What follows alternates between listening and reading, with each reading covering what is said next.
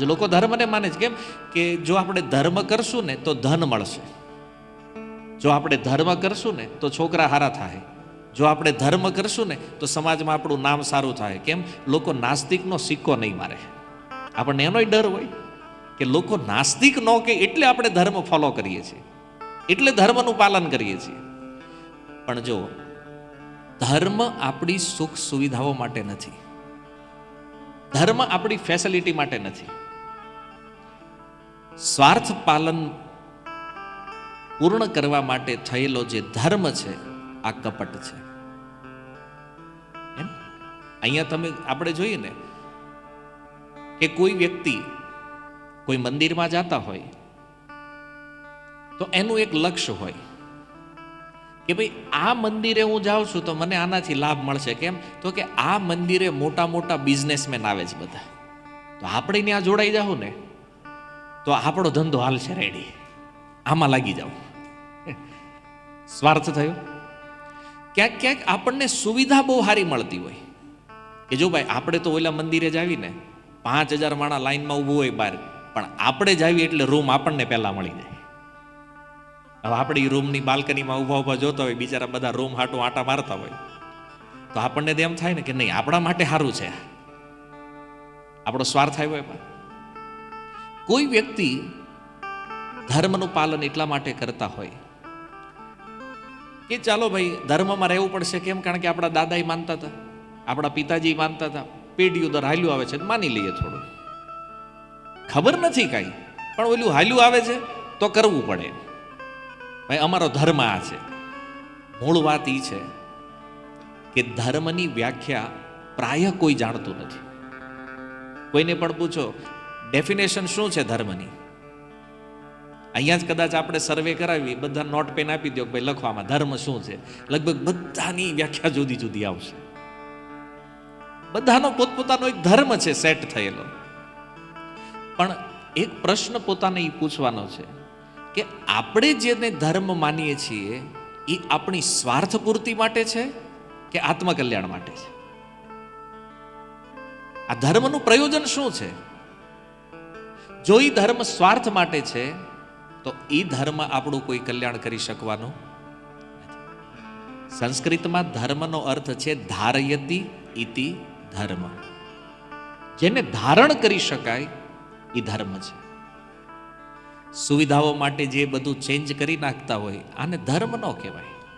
હું તમને એક ઉદાહરણ આપું.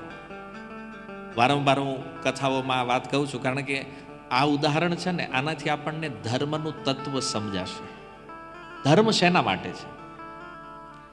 એક ગામ હતું અને આખું ગામ બ્રાહ્મણોનું. ગામમાં બધા અગ્નિહોત્રી બ્રાહ્મણો વાસ કરતા. એક દિવસ ઘટના એવી બની, એક બ્રાહ્મણની પત્ની ભૂલથી એ જે હવનકુંડ હતો ને એમાં થૂકાઈ ગયું. એનાથી હવનકુંડમાં થૂકી તો એ જે થૂક હતું ને એ સોનામાં પરિવર્તિત થઈ ગયું, સોનું બની ગયું. તો એ સ્ત્રીએ જોયું કે આ થૂક સોનું બની ગયું. એણે સોનું લઈ લીધું. બીજા દિવસે જાણી જોઈને થૂકી, ફરીથી પાછું સોનું બની ગયું. હવે આ વાત એણે પાડોશીને કરી કે ભાઈ હવનકુંડમાં જો થૂકે સોનું બને. એણે ચાલુ કર્યું, એણે એના પાડોશીને વાત કરી અને આમ કરતા કરતા આખા ગામમાં ફેલાઈ ગયું કે ભાઈ હવનકુંડમાં થૂકવાથી સોનું મળે. અને પછી તો નવી નવી સાડીઓ, નવા નવા ઘરેણા અને બધી બાયુના વજન વધી ગયા, બધું ટીપ ટોપ એકદમ. પણ એક પતિવ્રતા સ્ત્રી હતી, એણે એના પતિને જઈને પૂછ્યું કે હું આમાં થૂકું હવનકુંડમાં? તો એના પતિએ કીધું જો આ વેદ મર્યાદાની વિરુદ્ધ છે. હવનકુંડમાં થૂકવું એ પાપ છે, આ કરાય નહીં. કારણ કે વેદ આની આજ્ઞા નથી આપતું. આ વેદ મર્યાદા વિપરીત છે. હવે એ સ્ત્રીએ પતિની આજ્ઞા માનવી જ રહી, પતિવ્રતા છે, અને એ બિચારી દિવસે દિવસે હુકાવા માંડી. કારણ કે ઓલી બધી તૈયાર થઈને ફરે એકદમ, અને આને બિચારીને કાંઈ મળે નહીં. અને મનમાં વિચારે કે આ ધર્મનું પાલન કરીને શું મળ્યું આપણને. આ ધર્મ કરવામાં આપણે આઈના રહી ગયા વાહે. તો પતિને લાગ્યું કે આમ નામ રહે ને તો ઓગળી જાય. હે આ રોટલા ઘડે એવું કોઈ રહે નહીં. એટલે એણે નક્કી કર્યું કે આપણે આ ગામમાં રહેવું નથી. પોતાનો ઘર વખરીનો સામાન બળદગાડામાં ભર્યો અને ગામથી જેવા નીકળ્યા, ગામના પાદર બાર જેવા નીકળ્યા ને આખું ગામ જાણે બોમ્બ વિસ્ફોટ થયો હોય ને એમ અગ્નિની જ્વાળાઓમાં માંડ્યું બળવા. ત્યારે એની પત્નીએ પૂછ્યું કે આવું કેમ થયું? તો કે આ બધા લોકોએ પોતાના ધર્મનો ત્યાગ કર્યો છે અને આપણે પોતાના ધર્મમાં સ્થિત રહ્યા. જ્યાં સુધી આપણે એ ગામમાં હતા ને ત્યાં સુધી આ ગામ સુરક્ષિત હતું. એમ આપણે જે શહેરમાં રહેતા હોય, જે ગામમાં, એમાં કોઈ એક વ્યક્તિ એવો હોય જે ધર્મને ધારણ કરીને રાખ્યો હોય, કદાચ એના કારણે આપણે બધા સુરક્ષિત બેઠા હોય, જેણે ધર્મ ધારણ કર્યો છે. અને જ્યારે એ નીકળી ગયા, આપણને કોઈ નહીં બચાવી શકે. ધર્મ જે છે ને એ આપણી રક્ષા કરે છે. જો સોનાની લાલચમાં એ બધી સ્ત્રીઓએ અને એ બધા બ્રાહ્મણોએ પોતાના ધર્મનો ત્યાગ કરી દીધો. એમ આપણે તે ક્યાંક એવું લાગે કે હાલો થોડાક પૈસા મળે એમ છે. બધાને ખબર છે કે દારૂ ધંધામાં પૈસા હારા, માંસ વેચવામાં પૈસા હારા. આજે લોકો વિદેશની અંદર આ બધા ધંધા કરે છે. દારૂ પણ વેચે છે, માંસ પણ વેચે છે અને ભારતમાંય થાય છે, ન કેવલ વિદેશની વાત. આપણા શહેરોમાંય તે આપણા ભાઈઓ આ કરી રહ્યા છે. તો આનો વિક્રય જે છે આ વેદ મર્યાદાની વિરુદ્ધ છે. જે શાસ્ત્ર આપણને અનુમતિ નથી આપતું એવા કોઈ પણ કામમાં આપણે લાગ્યા છીએ અને આપણને એવું લાગે છે કે આપણે બહુ બુદ્ધિમાન છીએ, પછી ગમે એટલું તિલક કરતા હોય, માળા પહેરતા હોય, આપણો ધર્મ ભ્રષ્ટ થઈ ચૂક્યો છે. વાત સમજે? ધનની લાલચમાં આપણે ધર્મનો ત્યાગ કર્યો છે. માછલી વેચીને પૈસા આવે, આપણા પૂર્વજોને જ ખબર પડતી, એને શું કામ ન કર્યું? જેમાં ધર્મ નષ્ટ થતો હોય આવું કોઈ કાર્ય વેદ ધર્મના અનુયાયીએ કરવું ન જોઈએ ક્યારે. અને જો ધર્મ ગયો એકવાર જીવનમાંથી તો સમજી લો એક દિવસ આપણો નાશ થવાનો છે, આમાં કોઈ સંદેહ નથી. એટલે મહાભારત કહે છે ધર્મો રક્ષતિ રક્ષિતા. જો ધર્મની આપણે રક્ષા કરશું તો એ આપણા દ્વારા રક્ષાયેલો ધર્મ આપણી રક્ષા કરશે. આ સૂત્ર તો તમે સાંભળ્યું છે. આ શ્લોકનું આગળનું ચરણ શું છે? કે આપણા દ્વારા નષ્ટ થયેલો જે ધર્મ છે, આ ધર્મ એક દિવસ આપણો નાશ કરી નાખશે. જે ધર્મનો આપણે નાશ કર્યો છે ને, આ ધર્મ જ એક દિવસ આપણો નાશ કરશે.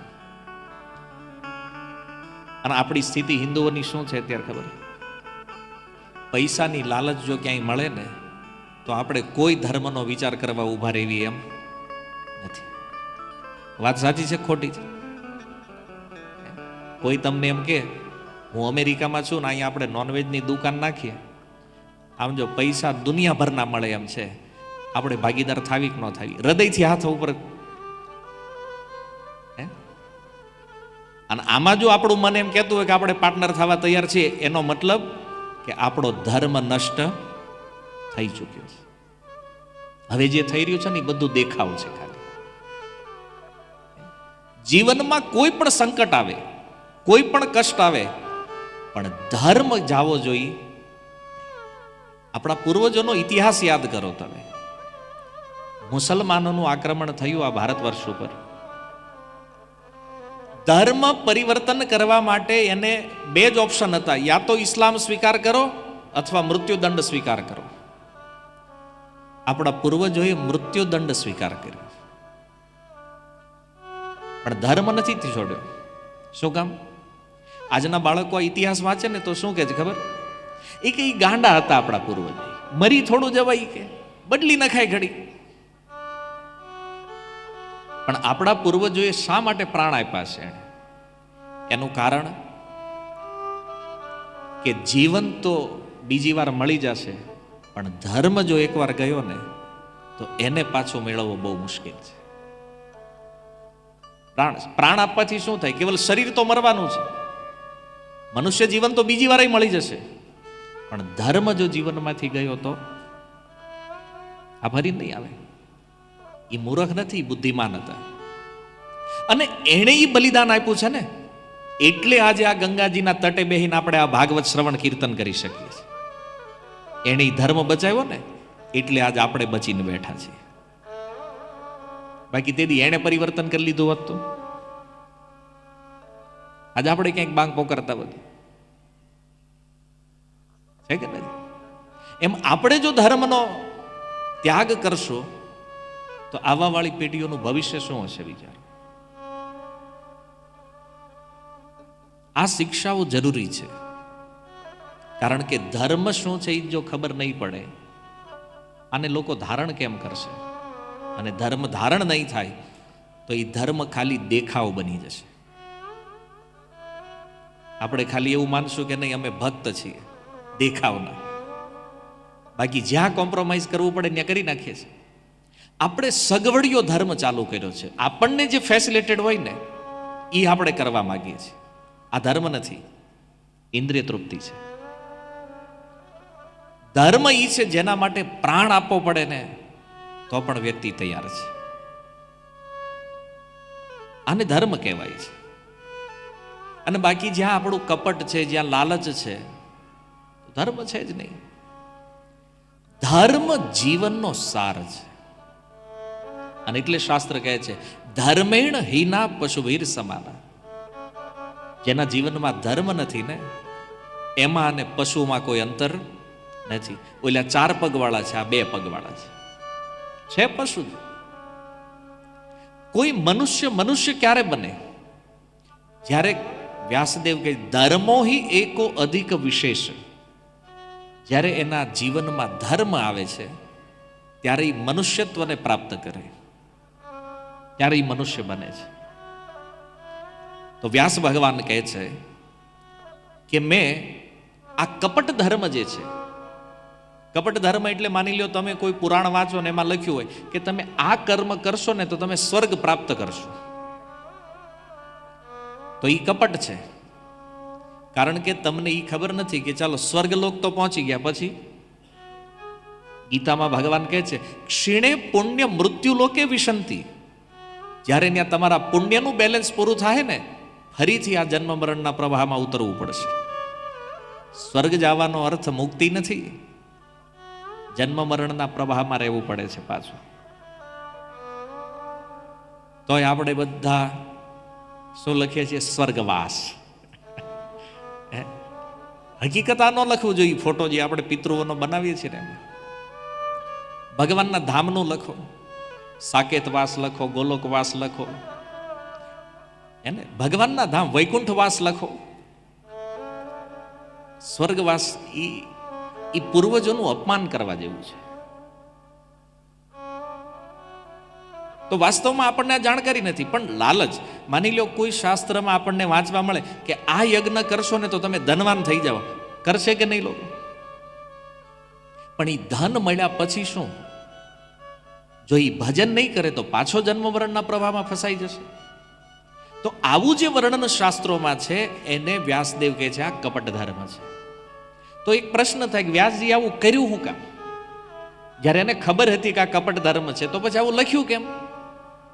તો એનો ઉત્તર એ છે કે માની લો એક બાળક હોય અને એ બીમાર થઈ ગયો.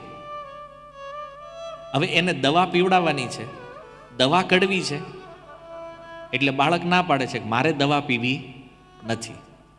માતા પૂછે કેમ નથી પીવી ભાઈ? તો કે કડવી છે. તો માતા એને કે જો તું દવા પી લે તો 2 લાડવા આપીશ તને. દવા પી લે એટલે 2 લાડવા મળશે. તો ઓલો દવા પી લે, માતાએ એને લાડુ આપ્યા. હવે જો એને લાલચમાં દવા પી લીધી, બાળક શું સમજ્યો છે કે દવા પીવાનું ફળ છે લાડવા મળે. બાળકની ધારણા છે કે દવા પીવી તો લાડવા મળે. પણ માતાની વિચારધારા શું છે? રોગ નિવૃત્તિ.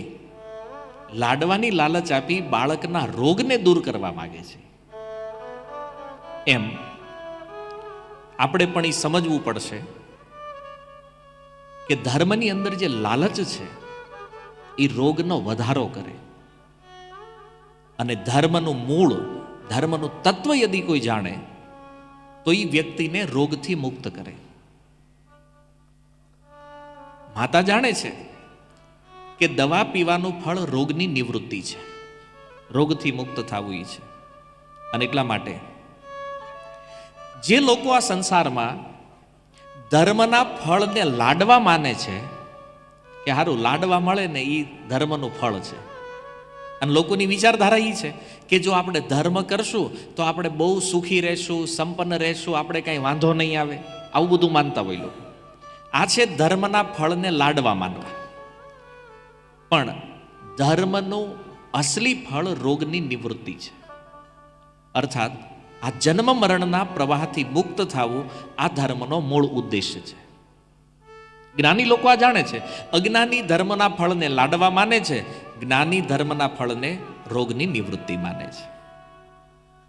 તો ઘણીવાર લોકો પ્રશ્ન કરી કે પણ પ્રભુ, જે લોકો ભક્તિ કરે છે, જે ભજન કરે છે, તો એના જીવનમાં તો જોયું ભગવાનની ભક્તિ કરી બધા ગરીબ જ હોય કે આ મોટા ભાગે એવી એની માન્યતા છે. પણ એવું નથી. અર્જુન રાજા છે, જુઓ ક્યાં ગરીબ છે ભાઈ. યુધિષ્ઠિર મહારાજ રાજા છે, અનેક રાજાઓ થયા ભગવાનના ભક્તો છે. પરીક્ષિત મહારાજ રાજા છે, ભરત મહારાજ રાજા છે. પણ લોકોના મનમાં એવી ધારણા છે કે જે ભગવાનની ભક્તિ કરે ને એ ગરીબ હોય. તો એક પ્રશ્ન એ છે કે ભગવાનની ભક્તિ કરે એ આમ ગરીબ શું કામ હોય? તો એનું એક કારણ છે. જો કવિરાજ ગોસ્વામી ચૈતન્ય ચરિતામૃતમાં કહે છે, કૃષ્ણ કહે આમી ભજે માગે વિષય સુખ. ભગવાન કહે છે કે આ સંસારમાં ઘણા લોકો મારું ભજન પણ કરે છે અને સાથે સાથે વિષયોના સુખની પણ કામના કરે છે, વિષય સુખ પણ માગે છે. કૃષ્ણ કહે આમી ભજે માગે વિષય સુખ, અમૃત છાડી વિષ માંગે એ બડો મૂર્ખ. આ કેવા લોકો છે? ભજન કરીને સંસારના ભોગની કામના કરે ને ભગવાન કહે છે આ એક નંબરના મૂર્ખ છે. કેમ? તો કે ભક્તિ રૂપી અમૃત મળ્યું છે, એ અમૃતને છોડીને ઝેરનો પ્યાલો ઉઠાવે છે.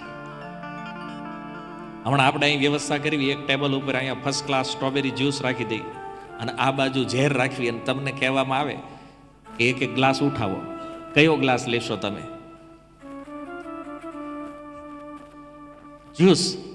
પાક્કું તમે કહો છો જ્યુસ ઉઠાવવાનો છો, લેવાના છો આજ ને? કારણ કે આપણે મૂર્ખના લિસ્ટમાં જવું.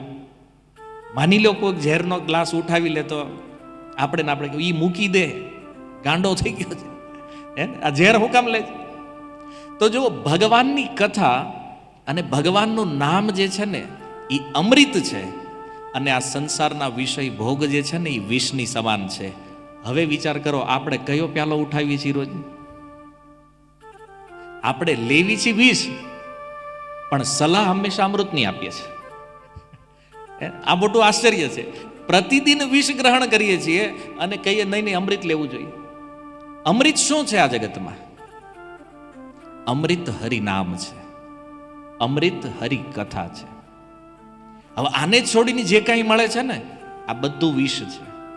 એટલે ભગવાન કહે છે અમૃત છાડી વિષ માંગે એ બડો મૂર્ખ. આ એક નંબરનો મૂર્ખ છે.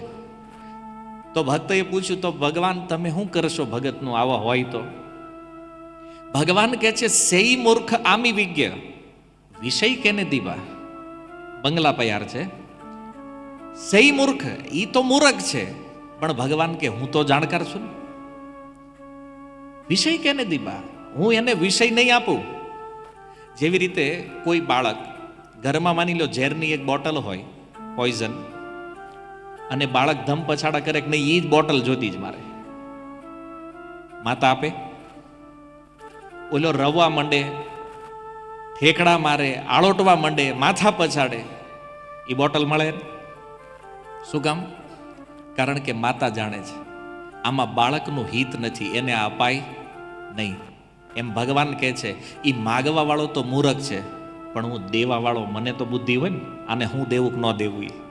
બાળકને નથી ખબર એ શું માગે છે, પણ મા તો જાણે છે ને આ ઝેર છે, આ એને અપાય નહીં. તો ભગવાન કહે છે સહી મૂર્ખ આમી વિજ્ઞ વિષય કેને દીબા સ્વચરણામૃત દિયા વિષય ભૂલાઈએ. ભગવાન કહે છે એને હું મારા ચરણનું અમૃત, મારી કથા, મારું નામ, એને એવું અમૃત પીવડાવીશ કે આ જગતના વિષય રસને ઈ ભૂલી જાય આખું. અને એટલા માટે જુઓ, જેનો જેનો રસ ભગવાનમાં લાગે ને એને પછી જગતમાં કોઈ રસ દેખાતો નથી. કારણ કે કથામૃત, હરિનામામૃત આ એવું અમૃત છે કે આનો ટેસ્ટ એકવાર કોઈ લઈ લે ને પછી એને સંસારના વિષયોમાં કોઈ ટેસ્ટ આવતો, કોરું ફીકું લાગે આ બધું. પણ આ ટેસ્ટ લીધો હોય તો, બાકી ન કરતો પછી સંસાર જ સારો લાગે, સ્વાદિષ્ટ. હકીકત વિષ જ્યારે ટેસ્ટી લાગવા માંડે ને તો સમજો કે આપણો વિનાશ નિશ્ચિત છે. એમ ભગવાનની કથા, ભગવાનનું નામ જ્યારે પ્રિય લાગવા માંડે ત્યારે સમજવું કે નહીં, હવે આપણો ટેસ્ટ બરાબર પકડાણો છે, હવે ભવરોગ જવાનો છે.